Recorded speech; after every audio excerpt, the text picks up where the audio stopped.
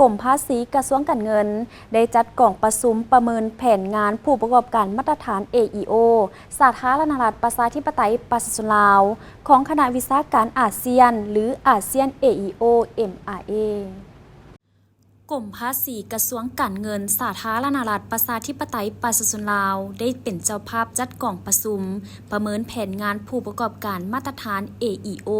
สาธารณรัฐประชาธิปไตยประชาชนลาวของคณะวิชาการอาเซียนหรืออาเซียน AEO MRA โดยการเป็นประธานร่วมของท่านพุทธนิกรเค้นนวงศ์รองหัวหน้ากรมภาษีกระทรวงการเงินและท่านนางฝ่าวเซียอับดุลซานี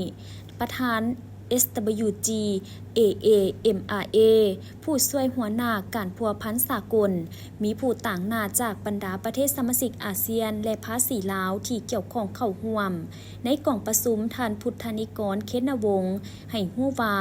กล่องประชุมครั้งนี้เพื่อให้สมาชิกอาเซียนร่วมกันประเมินขั้นตอนการจัดตั้งปฏิบัติแผนงานผู้ประกอบการ AEO ของสาธารณรัฐประชาธิปไตยประชาชนลาวว่าสอดคล้องกับขอบมาตรฐานความปลอดภัยขององค์การภาษีโลก WCO หรือ Safe Framework ซึ่งบรรดาท่านที่เข้าร่วมกล่องประชุมครั้งนี้จะลงประเมินการสาธิตตัวจริงร่วมกับบรรดาบริษัทที่ได้รับการรับรองจาก AEO ในสาธารณรัฐประชาธิปไตยประชาชนลาวเพื่อสร้างความเข้าใจอย่างลึกซึ้งเกี่ยวกับการปฏิบัติและพัฒนาตัวจริงของสาธารณรัฐประชาธิปไตยประชาชนลาวและเชื่อมั่นว่าการประเมินร่วมกันครั้งนี้จะเป็นโอกาสอันดีให้แก่อาเซียนและสาธารณรัฐประชาธิปไตยประชาชนลาวในการประเมินขั้นตอนเงื่อนไขการเข้าร่วมแผนงาน AEO ตัวจริงจากผู้ประเมิน AEO กรมภาษีลาวรวมทั้งมาตรฐานความปลอดภัยต่างๆที่กรมภาษีลาวเรียกร้องจากผู้สมัครก่อนที่จะให้สถานะ AEO สำหรับผู้ประกอบการมาตรฐาน AEO แม่นผู้ประกอบการดีเด่นในการจัดตั้งปฏิบัติกฎหมายว่าด้วยภาษีกฎหมายและระเบียบการอื่นที่เกี่ยวข้องเป็นต้นผู้ที่มีส่วนเกี่ยวข้องกับการเคลื่อนย้ายสินค้าสากลซึ่งได้รับการรับรองจากรัฐการภาษี